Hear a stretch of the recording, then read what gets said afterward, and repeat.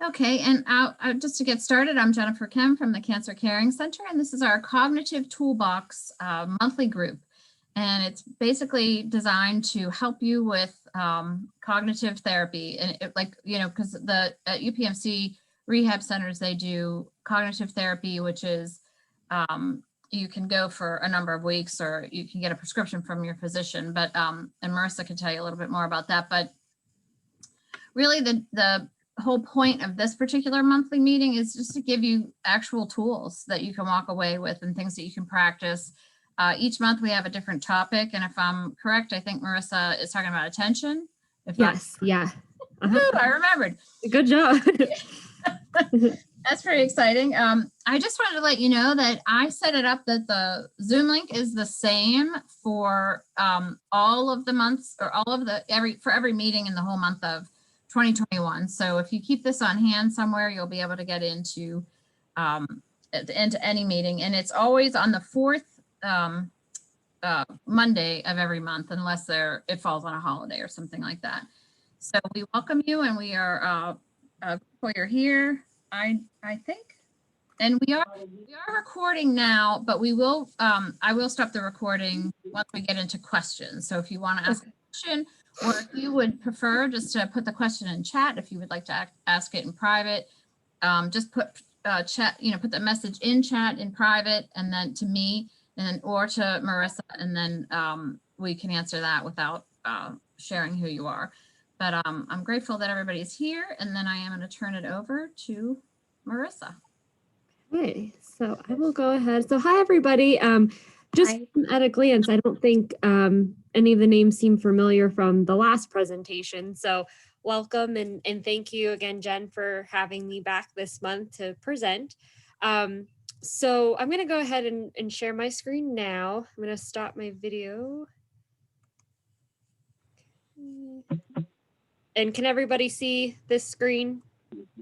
Okay. Yeah. Just as a thing from UPMC Centers for Rehab Services, they do want us to kind of mention that, the purpose of this presentation today isn't intended as any type of formal diagnostic or treatment for what we're going to discuss. But if you do have any of the symptoms related to any of the content or any of the conditions, please consult your medical professional or, any type of care that you already have established, and they can guide you along your way.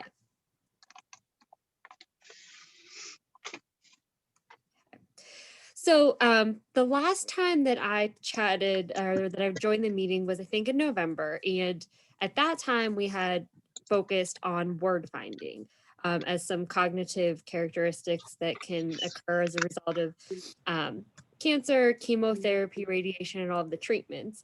And at that meeting, we talked a little bit as far as how attention is so intertwined with everything that we do.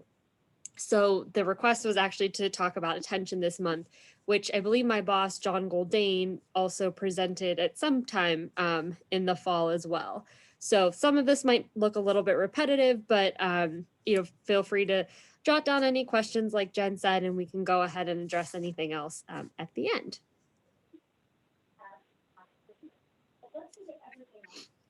So first, we might want to ask ourselves, what is attention?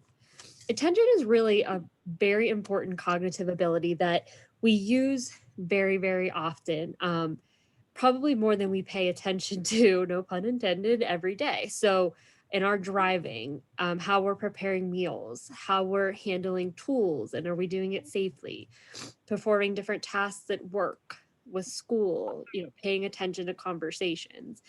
And if impaired, really attention can have a lot of adverse effects. It can definitely affect injury or risk of injury. We can experience different social and interactive faux pas as a result of attention, or really just can feel overwhelmed or not understanding certain concepts if we have impairments in attention.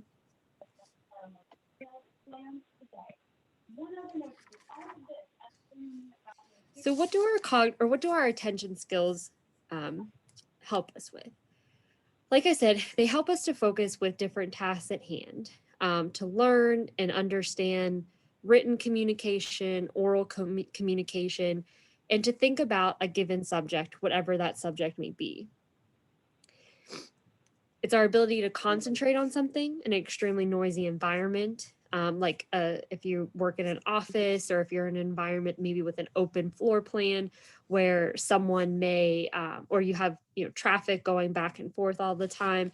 So attention is really important for concentration and attention in those aspects. It's our ability to divide attention between several different activities at one time. For example, we can drive while having a conversation with a passenger, but when we attend, when attention is divided between different tasks, it really requires more of our brain's resources, which we will talk about a little on later down the road.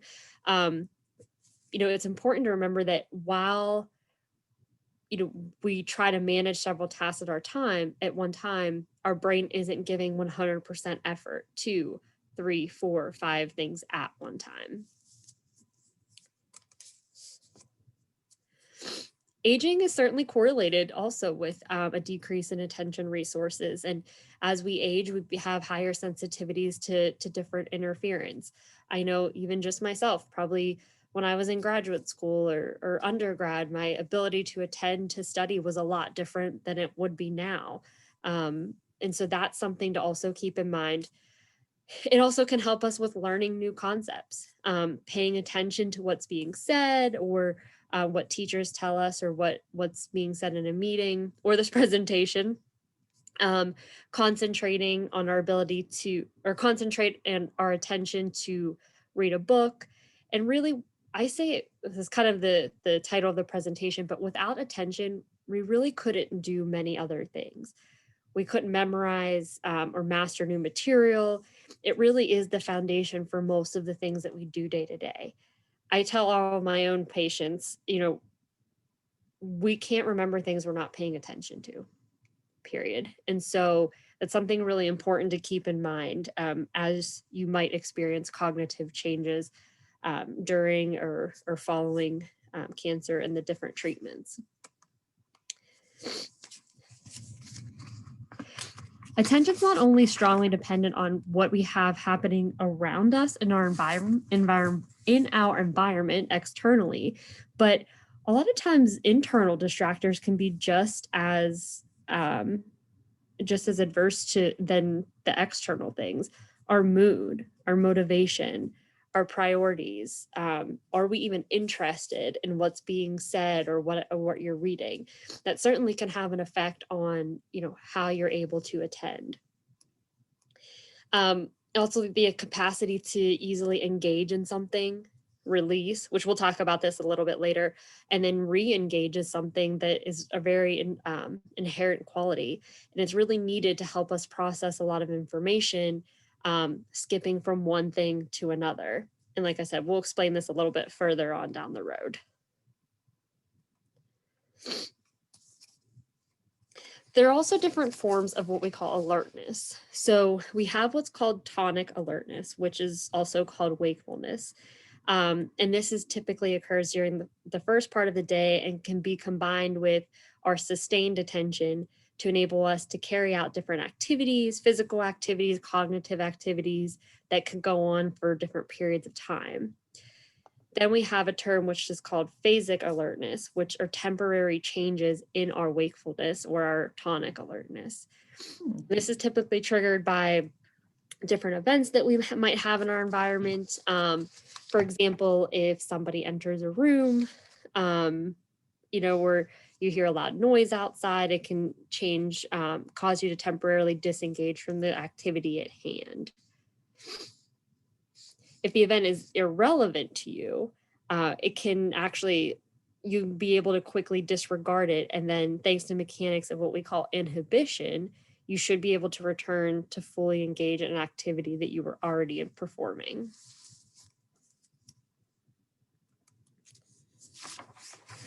So you may be asking yourself, what's the difference between attention and concentration?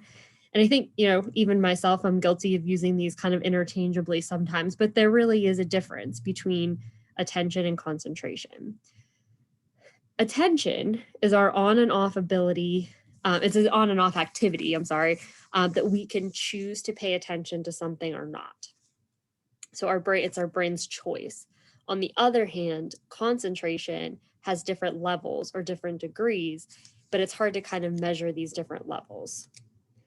So when thinking about attention, paying attention to something is like, for example, focusing on the spotlight of a torch in the dark. One can pay attention, but they can pay attention to several things at one time.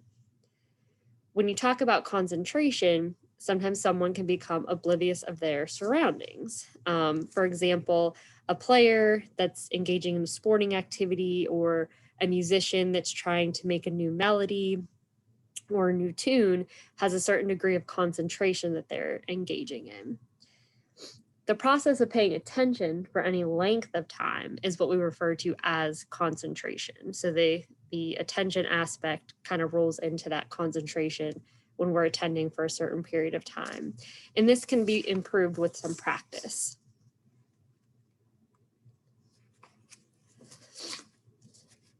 So I tell all my clients as well, attention is very complicated.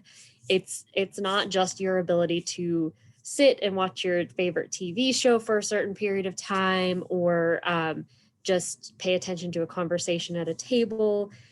Like I mentioned, we're really challenged with all different types of attention throughout the day, whether we really realize it or not. So the 4 that we're going to focus on, well, there are 4 major types of attention. And that's what we're going to be focusing on in these next few slides. But we have our sustained attention, our alternating attention, our divided attention, and our selective attention, which might be a little bit out of order if you're writing any notes or anything.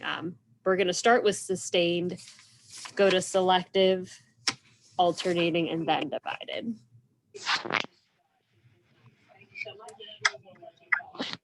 So first, like I said, we'll talk about our sustained attention. Sustained attention is, it's pretty simple to catch somebody's attention, but the hard part then becomes the challenge of sustaining or trying to keep their attention for a certain amount of time. So sustained attention is our ability to focus or keep focus or concentration for long periods of time. Some examples, like listening to a teacher in a lecture for a whole hour, reading books and notes to study or to review, answering questions on a test or doing different exercise questions, completing so this got cut up, but it completing like an extensive project or something at hand. And this kind of attention should be very beneficial. It's kind of oftentimes is very hard to acquire or achieve, but it can be very beneficial whenever used effectively.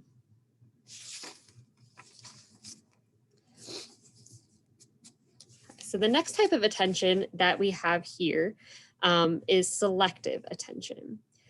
So when faced with different environmental factors, our brain naturally responds by selecting a particular aspect or something specific that it wants to focus on, known as our selective attention. So our brain's ability to focus on what it selects to focus on.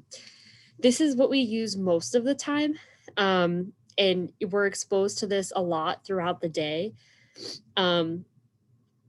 Everyday people are usually exposed to several environmental factors at home, at school, at the office, and their brains respond by focusing only to the factors that matter the most, or to those that they choose to focus on. So by better understanding this type of attention, it can help us kind of inherently also kind of determine what's appropriate, what's important, and what's not in our own day-to-day lives.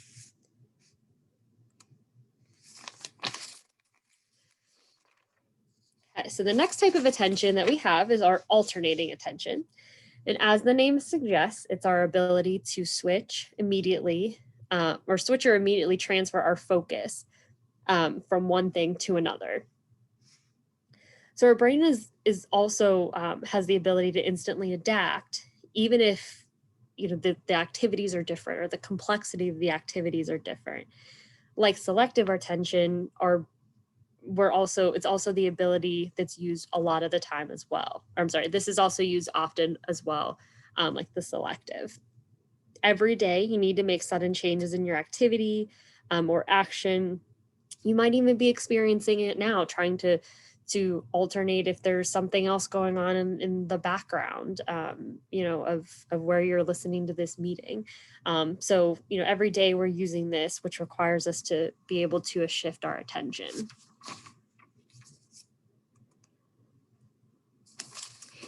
And then last, we have divided attention, which is our ability as an individual to focus or concentrate on two or more environmental factors or activities, stimuli, anything around us. So kind of to keep it simple, it's our ability to multitask. And while multitasking is considered to be desirable for those who are able to do it, it can be very difficult for people to acquire. And we'll get into this a little bit later. But, our brains aren't really meant to multitask. So while you might be able to do 2 or 3 or 4 things at a time, like I had mentioned 5 years ago, 10 years ago, that certainly changes as we age, but also as a result of any type of trauma or damage to our brain. And our brains aren't meant to give 100% effort to that many things at one time.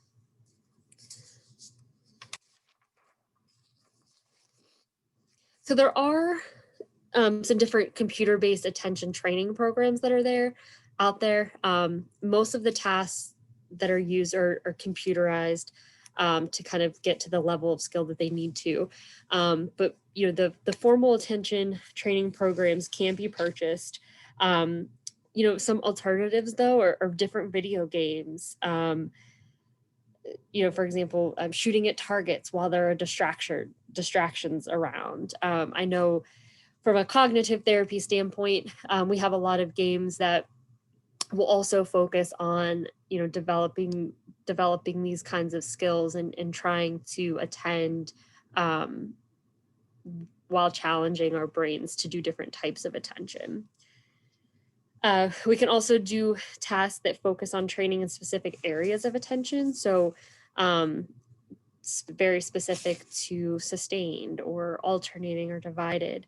And some of the types of attention will be described along with the task in these next few slides. Okay.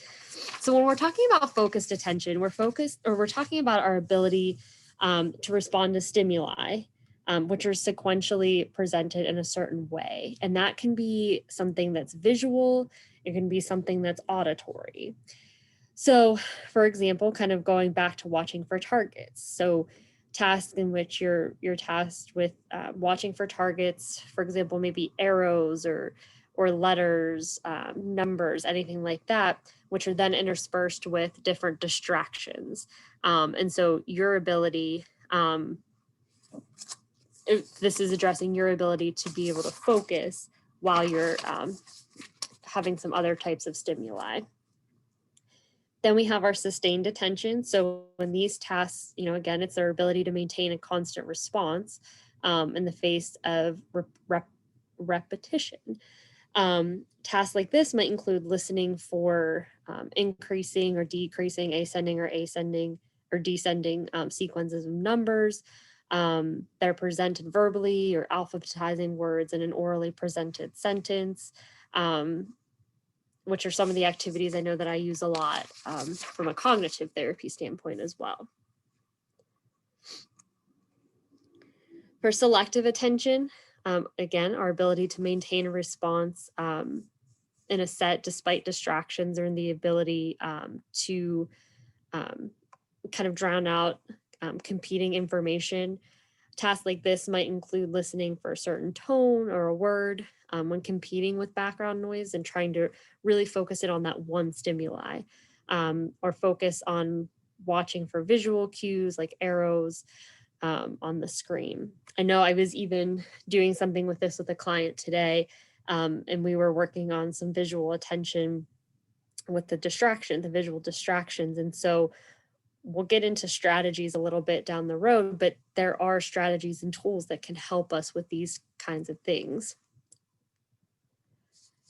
And then the last one that we have, then we have alternating attention. Again, our ability to switch back and forth. So these tasks can include presenting someone with a computer key with a certain color. And when a certain color arrow, pops up, you press a certain button. But then you have a different response when something else pops up. So maybe if it pops up in a different direction, you're not paying attention to the color. That's when you have to challenge your alternating attention. And then back to our multitasking or our divided attention. These tasks can include performing simple sorting tasks while monitoring time to determine if there's a certain amount of time has elapsed. I know myself, I'll try to sometimes play like background noise or have clients do activities in a therapy gym where there's a lot going on, or have them alternate, between different tasks while these things are going on. So, so these are just some different things that you can also do for divided attention. Okay, so this slide kind of talks about training, but this will ease us into also talking about some specific types of strategies and tools that we will use often with attention. So training when it comes to attention should very much be specific strategies that are helped to design or help clients kind of compensate for attention deficits and to improve performance.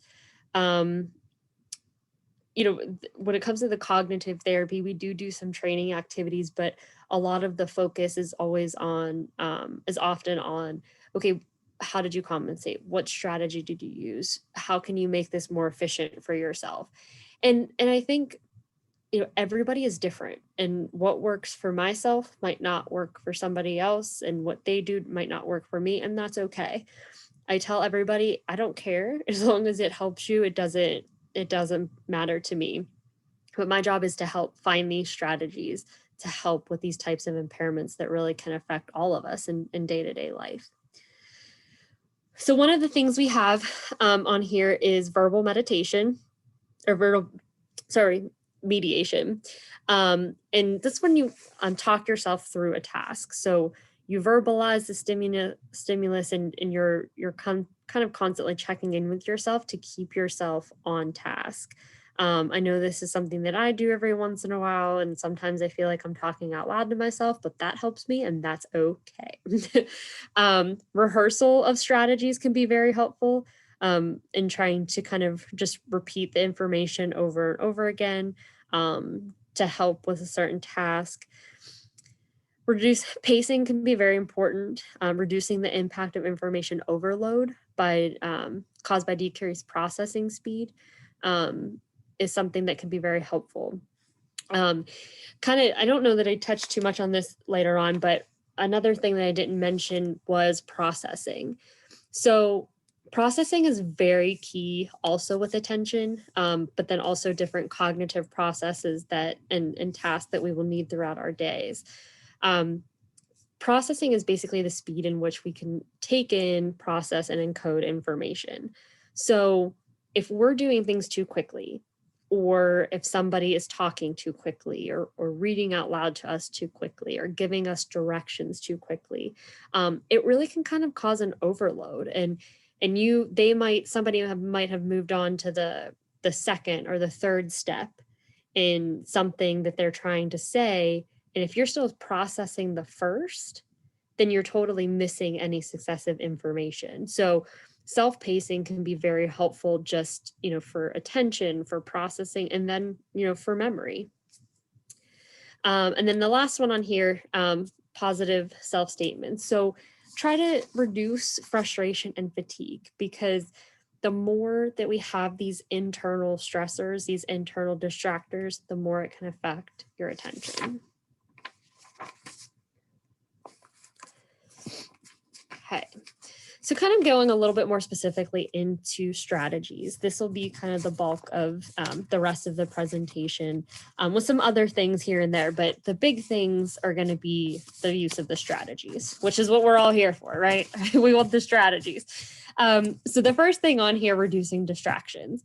So it's really important to kind of consider your environment, your internal environment and your external environment. So improving your attention requires you to improve the mental clarity, requires you to improve focus and remove any of these distractions. So create a work environment in which you don't have, things visually distracting you, auditorily distracting you. If your desk is messy, clean it up. That, something as simple as that can really get you back on focus. I know myself, even at work, if I have a lot of things going on and I have stuff all over my desk, it really helps me to kind of put it all together in one section of my desk and address one thing at a time, versus if I don't, I'm kind of jumping back and forth between things and not really being efficient myself. Focusing on single tasks can be very helpful. Our brain, again, can't handle multiple tasks at once, but rather it switches rapidly back and forth between them, not giving 100% effort. So this can increase stress on our brain, and really this undue stress can result in getting more tired, fatigued more cognitively fatigued more easily, physically fatigued easily, and then just result in not doing the best work that we can. So monotasking is really the only way to use your attention the most effectively. But, in reality, this would all be fantastic, but we know that things are going to come up, right? Other things are going to happen. And as much as we try to monotask, we might have to incorporate other strategies when other things come up. Okay. So try to maintain a planner or a work calendar. Avoid forcing your mind to strain to remember appointments and other priorities. Instead, try to use a planner, a work calendar for scheduling. I know with technology now, there are so many options available. But, get things out of your head and get it somewhere else. This can actually kind of reduce some of those internal distractors as well. Sometimes I'll have clients that will complain of, when they try to go to bed at night, their mind is just racing with all of these things that they need to do, in the days coming or the next day. And so a lot of times I'll encourage them just to write it down and they can come back to it. But, just kind of freeing your mind can help you really focus on the task that's at hand. Limiting social media usage and different discussions can be, these can be very distracting.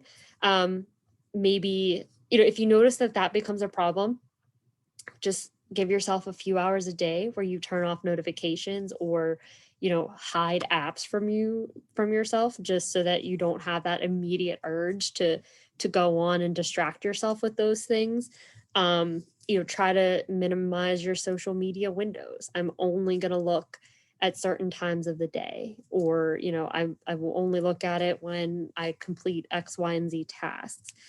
You can place your phone on silent mode, to limit those distractions. And use these uninterrupted blocks of work time to be creative and be productive, and instead of getting distracted and kind of swept up into outside conversations.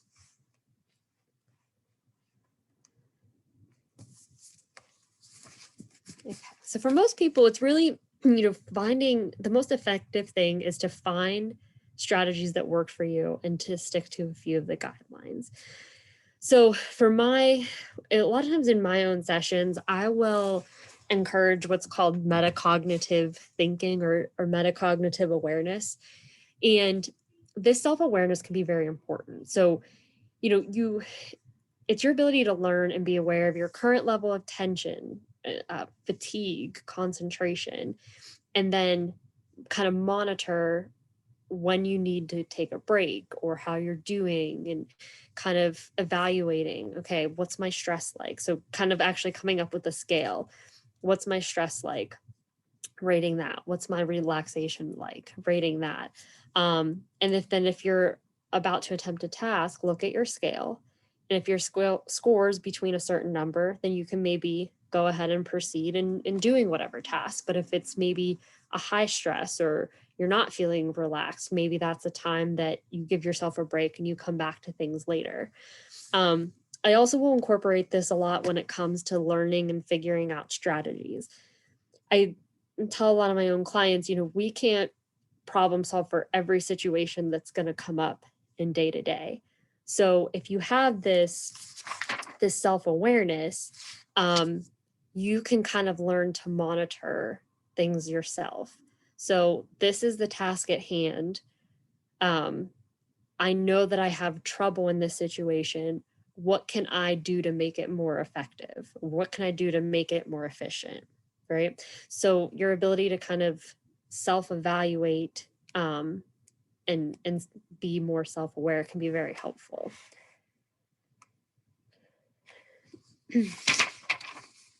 Going back to our distractions, the internal distractions, some strategies that you can use, they can occupy your mind and distract you. So, it's important not to attempt things that require a lot of concentration when you have a lot of internal distractions. Some people tell themselves that they'll allow time later to think about those things that are bothering them, so they can focus in the moment. But if you feel anxious about completing something, write down what worries you, and you might find out that your fears are really unfounded, and it's kind of something that's in your head.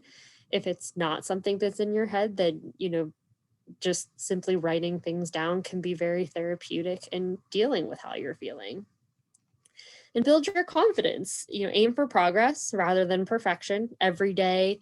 Find successes in the little things that happen every day that maybe were difficult a month ago, a year ago, 5 years ago, and how far along you've come. If something seems too big, make a plan that's specific and break it into small steps, or give yourself extra time after each step. If things go wrong, try not to criticize yourself and just take a break. That's all. And when you've accomplished something big, congratulate yourself. You accomplish something big, it can build your confidence, and it can limit those internal distractions that might come up again.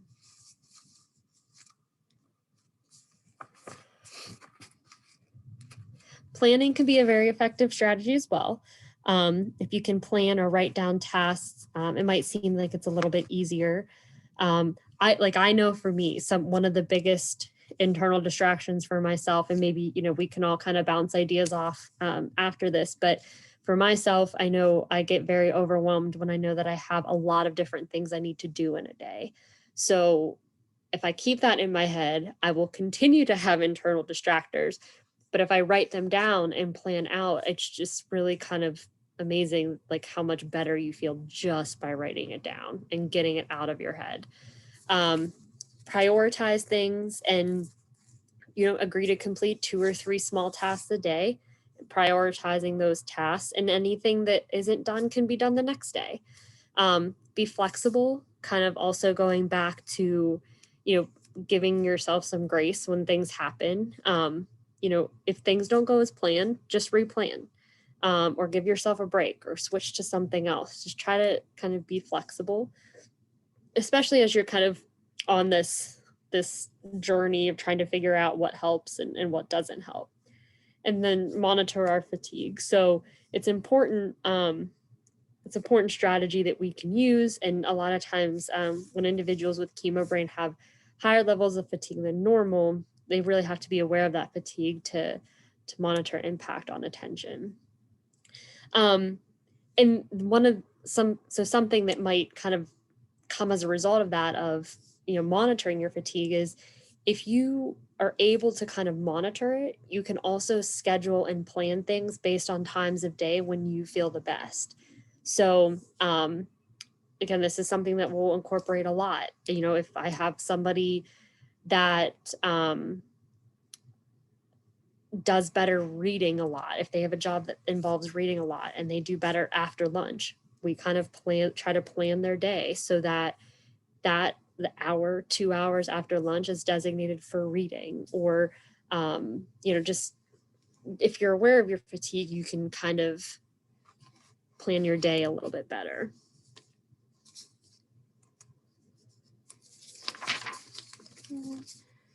Okay, so again, back to considering our environment, noise, TV, radio, people talking, trying to clean things up a little bit and trying to eliminate those distractions.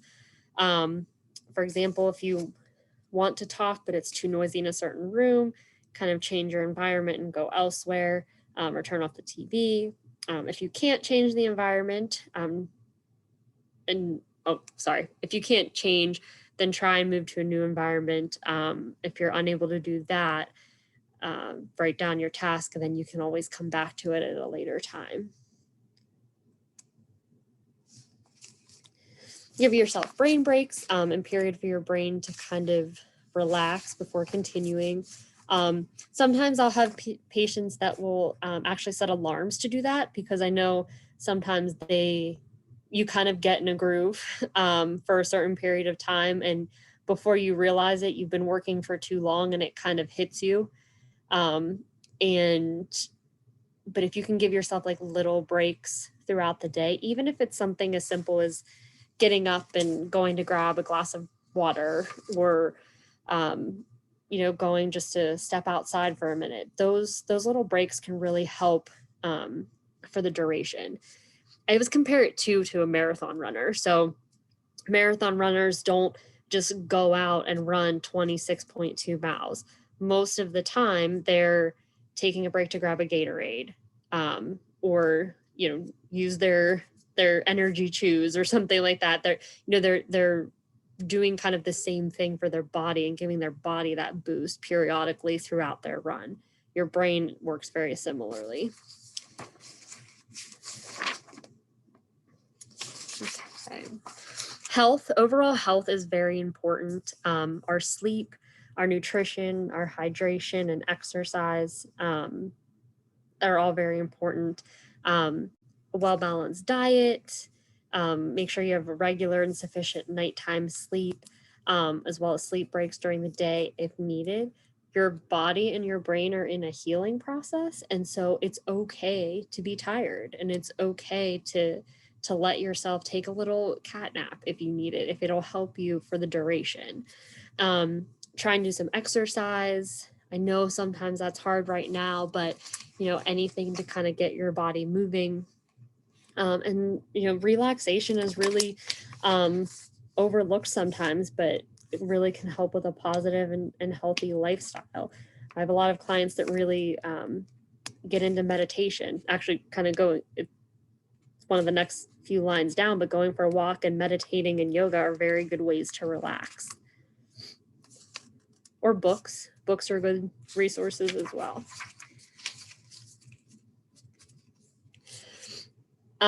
So limiting the multitasking, so you don't have to divide your attention. Try and do one task that relies on mental and one that's physical. So listening to the radio while cleaning the sink. If you're switching between tasks, try to take a small break to let your brain adjust. If it needs a little bit more time, that's okay. Especially if it's something that's very fatiguing and demanding. It's okay that it takes a little bit of time. And some people find it helpful to say out loud what they're doing when they change to help them stay on task.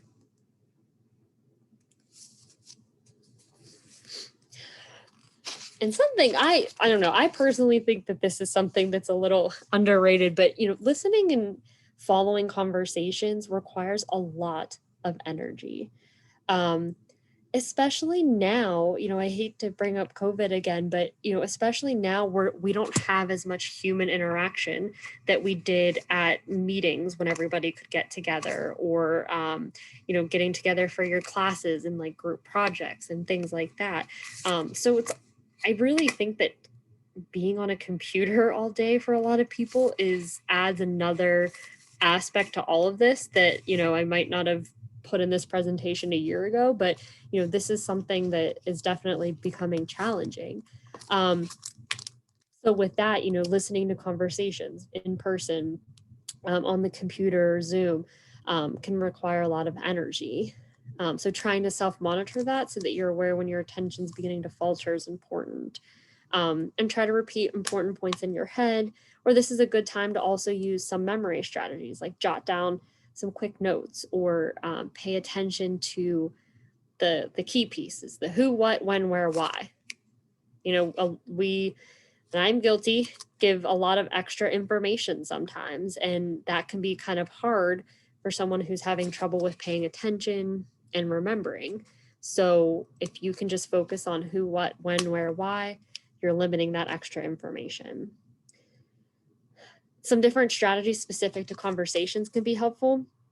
It's okay to clarify. It's okay to ask for extra information or repetition. Ask questions to gain further information. We call that probing. Paraphrase, so it allows the listener to make sure you understood. So, kind of rephrasing what somebody said back to them can help you to understand, but also let somebody else know that they're understood.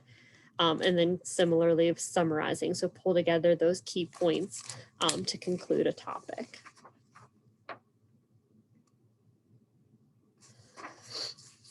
Okay, so just kind of like a quick summary of these next two slides of just kind of we'll call it our checklist for attention skills. So learn to be aware and monitor your attention. Monitor your fatigue, schedule breaks, allow plenty of time to complete tasks, because it might take more time. Make a plan and break your task into small steps. Adapt your environment if you need to and eliminate distractions. Monitor your distractions and kind of your internal and external before you even start a task. Be flexible and stop, replan, or reschedule if you need to.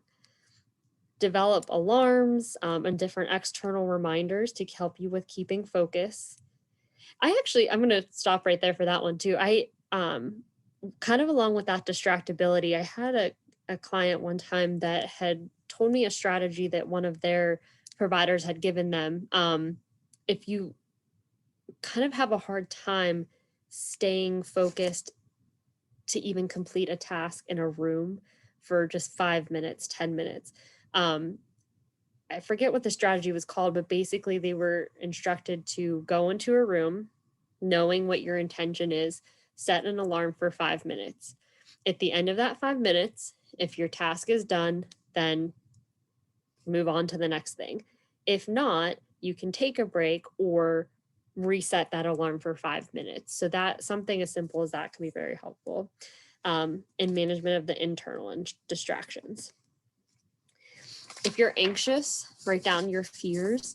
And don't forget to, I don't know if I mentioned this, but self-care is important. And don't forget amongst all of this to take care of yourself. And we can all find a little bit more time in the day, I think, to do something just that kind of helps us to recenter, whether that's in the morning or in the evening or in the middle of the day. But don't forget to take care of yourself and to just do something that you enjoy every day or a few times a week. That can really kind of relieve some of the anxiety or sadness that someone might feel. Try and attempt one task at a time. Give your brain breaks. Reward and congratulate yourself when you complete something, especially those big projects. Always kind of keep your overall health in mind. Monitor yourself during conversations. Am I paying attention enough? Did I understand? And if not, use those strategies, those listening skills. And it's also important, I'm going to kind of flip-flop the last two, but, work together with individuals that you live with, roommates, family members, to help adapt the environment. And also it helps when they're also on board and can help facilitate good environments for attention. Or If you're somebody that likes to keep something in a certain place, try to tell your husband or your wife or whomever, please don't move it, leave it here so I remember that it's here. But try to work together to help facilitate a good environment. And the last part too is it's okay to make other people aware of your difficulties. So advocate for yourself. If you feel comfortable, say, hey, you know what, I have a little bit hard time remembering. Can you repeat that again? Or I might need to ask you to repeat something again. Or I might, I have a hard time with attention. Did you say X, Y, and Z? So it's okay to do all of those things. But, like I said, I hope that these strategies and tools were effective for you. And, just to kind of thank you for your time and attention today. If you have any questions, you can always reach out. My phone number. So I work at the Lemieux Sports Complex in Cranberry. So this is the phone number and the address there. But I also can be reached by email. I'd be happy to provide some suggestions or kind of guidance. One of the things I didn't put in here specifically was, we have a team of speech language pathologists in all of the greater Pittsburgh area, even going out, I know like up into Erie, out towards Altoona and those areas. So if you're experiencing any of these things, please feel free to reach out to your local clinic or facility and ask questions and get your treatment that you need. It can be very helpful, and we're here to help. So so again, thank you so much for your time and attention, and please feel free to reach out if you need anything. Well, that was fantastic, Marissa. That was excellent. There was Thank you. Your camera is off. I don't know if you know that. Okay, back. We have a lot of questions in the chat, but before I stop the recording, I just wanted to say that I just want to reiterate that I know some people joined us a little bit late, but it's the same Zoom link for every. It's the last, or yes, the last, not the last, but the fourth Monday of every month. And so if you're interested in being added to the email list, just email me at jen@cancercaring.org and I'll put you on it. So, because we all need reminders, even though you have the link, you need reminders. I do anyway. But I am going to stop the recording, and then there's a bunch of questions in chat. So let me